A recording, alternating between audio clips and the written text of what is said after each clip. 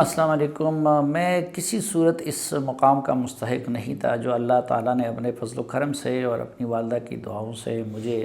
عنایت کیا ہے۔ صحافی ہونے پہ میں فخر بھی محسوس کرتا ہوں اور میں یہاں پہ بڑا خوش بھی ہوں، اور صحافت ہی میری رزق کا وسیلہ اور میری عزت کا ذریعہ ہے۔ لیکن بعض اوقات یہ پیشہ بہت تکلیف دہ بھی بن جاتا ہے اور انسان کے لیے ایک بہت ڈپریشن کا ذریعہ بھی بن جاتا ہے، خصوصاً پاکستان جیسے ملک میں۔ ایک بڑی وجہ تو اس کی یہ ہے کہ بہت ساری چیزیں جو آپ جانتے ہیں لیکن کسی وجہ سے آپ وہ بیان نہیں کر سکتے، آپ وہ لکھ نہیں سکتے، اور آج کل تو وہ بہت زیادہ مشکل ہوتا ہے۔ کبھی اپنی مصلحت ہوتی ہے، کبھی ادارے کی مصلحت ہوتی ہے، کبھی قانون کی مصلحت ہوتی ہے، کبھی کوئی اور مصلحت ہوتی ہے، اور وہ آپ کو اس پہ مجبور کر دیتا ہے کہ آپ وہ حقائق سامنے قوم کے سامنے نہیں لکھ سکتے یا نہیں بیان کر سکتے۔ دوسری کوفت اور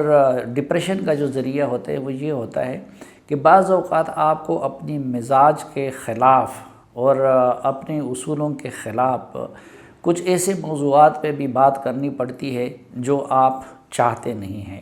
مثلاً جو لوگوں کی ذاتی زندگی سے متعلق ایشوز ہوتے ہیں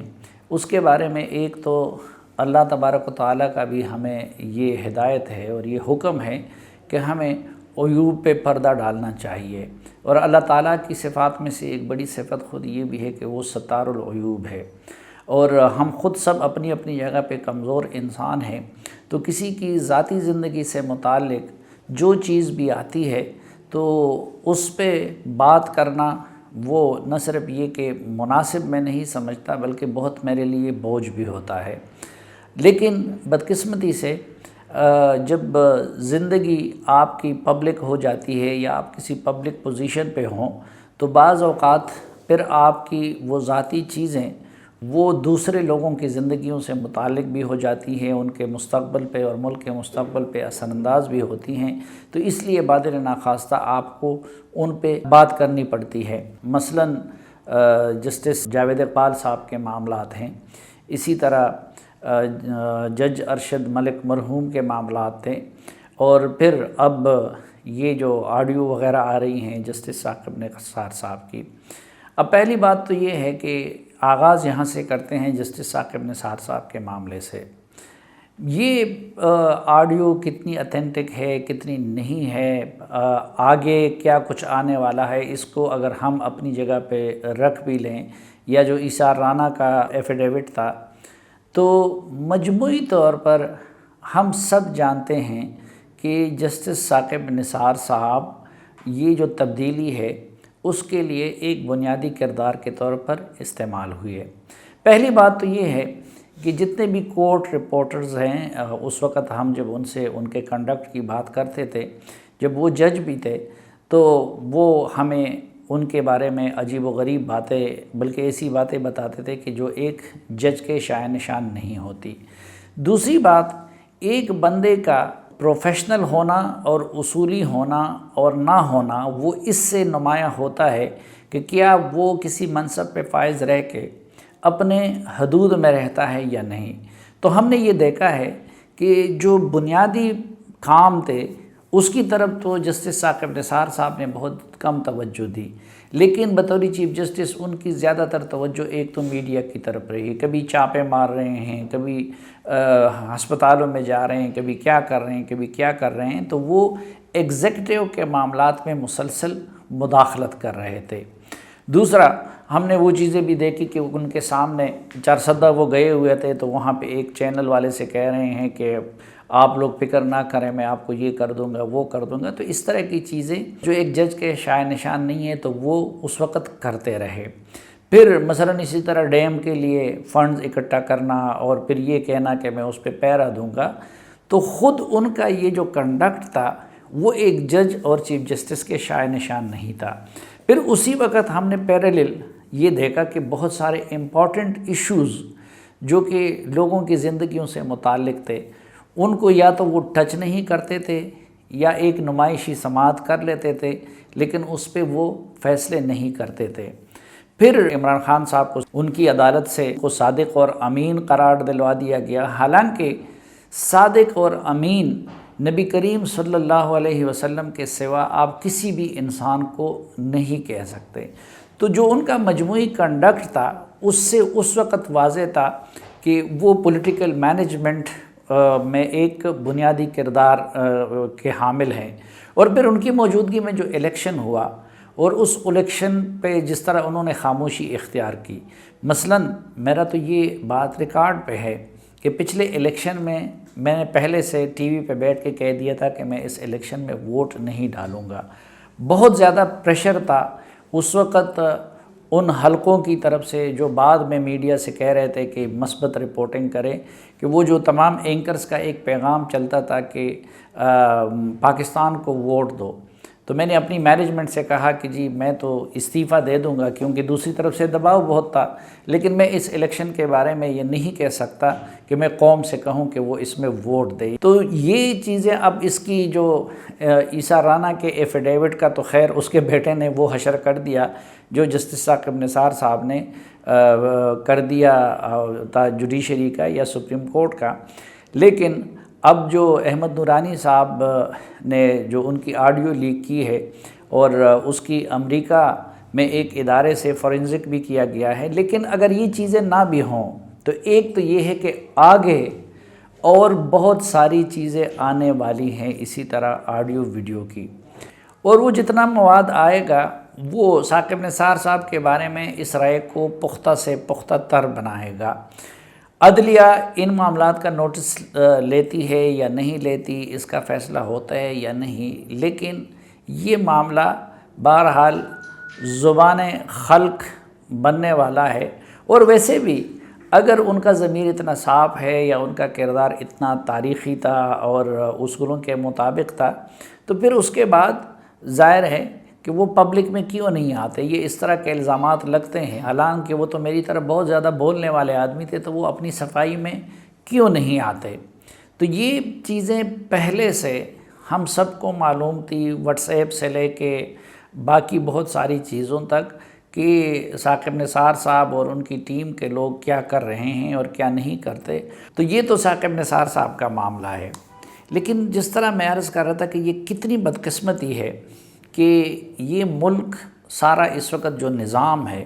وہ بلیک میلنگ اور آڈیو ویڈیو کے ذریعے چل رہا ہے۔ اس کو اگر ہم ایک طرف بھی رکھ لیں تو جج ارشد ملک کی ویڈیو تھی۔ اب سوال یہ ہے کہ ہمارے محترم چیف جسٹس صاحب اس روز فرما رہے تھے کہ کوئی دباؤ نہیں ہے، تو پھر سوال یہ ہے کہ یہ ایفیڈیوٹ ہو گیا، یہ آڈیو ہو گیا، جج ارشد ملک کی ویڈیو ہو گئی، تو اس طرح کی چیزوں کا سپریم کورٹ خود نوٹس لے کے اور پورے ایک فل بینچ کے ذریعے امیڈیٹلی فیصلہ کیوں نہیں کرواتی۔ اور دوسرا، اس وقت بھی چیف جسٹس صاحب محترم کا دعویٰ سر آنکھوں پہ، لیکن کچھ چیزوں پہ ہم جیسے قانون سے نابلد لوگ بھی حیران ہیں اور ہمیں ان سوالوں کا تسلی بخش جواب نہیں ملتا کہ کچھ کیسز کے فیصلوں میں غیر معمولی تاخیر ہو جاتی ہے۔ مثلاً یہ جو in aid of civil power regulation 2011 تھا، جس میں ملٹری کو کچھ خاص اختیارات دیے گئے ہیں خیبر پختونخوا میں، تو اس کو پشاور ہائی کورٹ نے 2019 میں اکتوبر 2019 میں اس کو ختم کر دیا تھا، اور اس کے بعد پھر سپریم کورٹ سے اسٹے پہ وہ معاملہ چل رہا ہے۔ تو 2019 سے لے کے اب 2021 ہو گیا، اس کے بارے میں فیصلہ نہیں ہو رہا۔ اسی طرح آپ دیکھیں کہ قاسم سوری صاحب ہیں جو ڈپٹی اسپیکر ہیں، ان کو 2 سال قبل کوئٹہ ہائی کورٹ سے وہ ڈسکوالیفائی ہوئے ہیں، ان کے الیکشن میں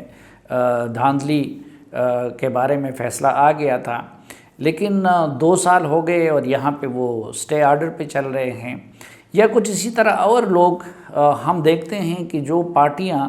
ان کی اگر کچھ ڈیل ہو جاتی ہے مقتدر حلقوں کے ساتھ تو مسلسل ان کے کیسوں میں رعایت ملنی شروع ہو جاتی ہے، لیکن اگر کوئی پارٹی زیر عتاب ہے تو پھر ان کے بارے میں اس طرح کی چیزیں نہیں ہوتی۔ اور سب سے ایک بڑا سوال جو کل شاہد خاقان عباسی صاحب نے بھی نیب کے بارے میں جو کچھ فرمایا میرے خیال میں وہ 100% درست تھا، اور خود نیب کے کنڈکٹ اور نیب کے عدالتوں کے فیصلوں اور چیئرمین نیب کے رویے کے بارے میں سپریم کورٹ اور ہائی کورٹ کئی مرتبہ سخت ریمارکس دے چکی ہیں، لیکن جو چیئرمین نیب صاحب کی اپنی ایک ویڈیو آئی تھی، تو سوال یہ ہے کہ عدالت عظمیٰ نے اس کا نوٹس کیوں نہیں لیا؟ اور صرف یہ نہیں ہے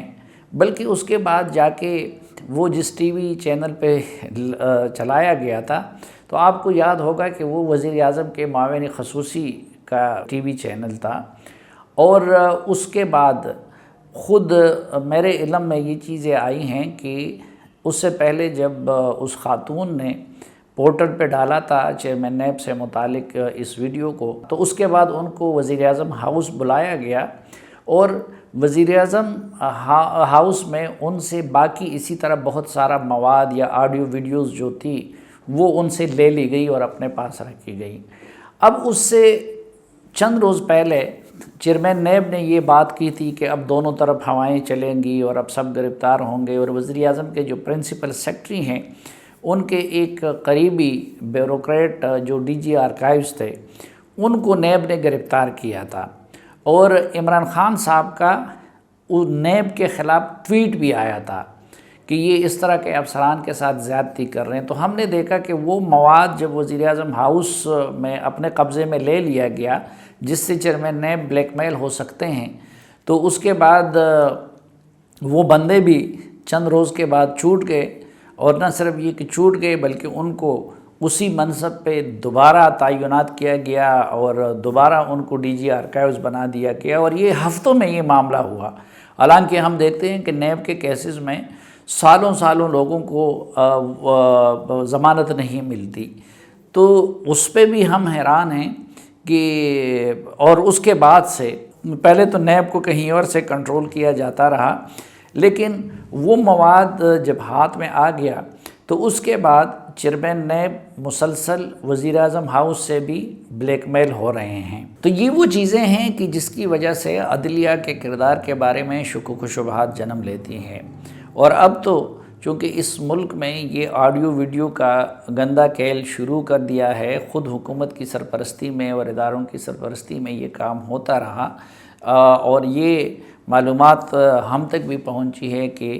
اسی طرح جرنلسٹ کے پاس اور خود مسلم لیگ نون کے پاس اور بھی اس طرح کی میٹیریل ہیں جو مستقبل قریب میں وہ بھی منظر عام پہ آ سکتی ہیں۔ تو اس صورت میں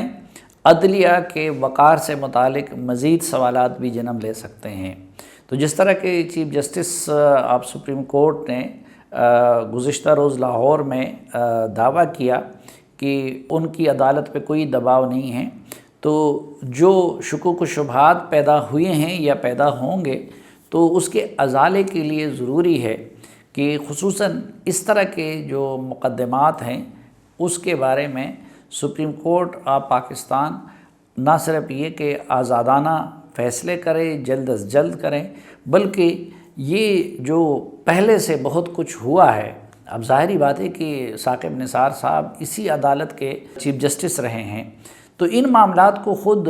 سپریم کورٹ کو چاہیے کہ وہ اس کی جانکاری کرے، یا پھر اگر جو چیئرمین نیب سے متعلق معاملات ہیں تو سپریم کورٹ آف پاکستان کو چاہیے کہ وہ خود اس کی جانکاری کرے، یا جو اسی طرح حساس نوعیت کے مقدمات ہیں تو یا جو قوم کے اس پہ اثر انداز ہوتے ہیں مستقبل پہ اور حال پہ، تو ان سے متعلق بھی سپریم کورٹ کو ذرا اپنے اوپر بوجھ ڈال کے پھرتی دکھانی ہوگی، تبھی جا کے علی احمد کرد صاحب نے جو الفاظ استعمال کیے ہیں تو اس طرح کے الفاظ ہماری عدلیہ کے بارے میں استعمال نہیں ہوں گے۔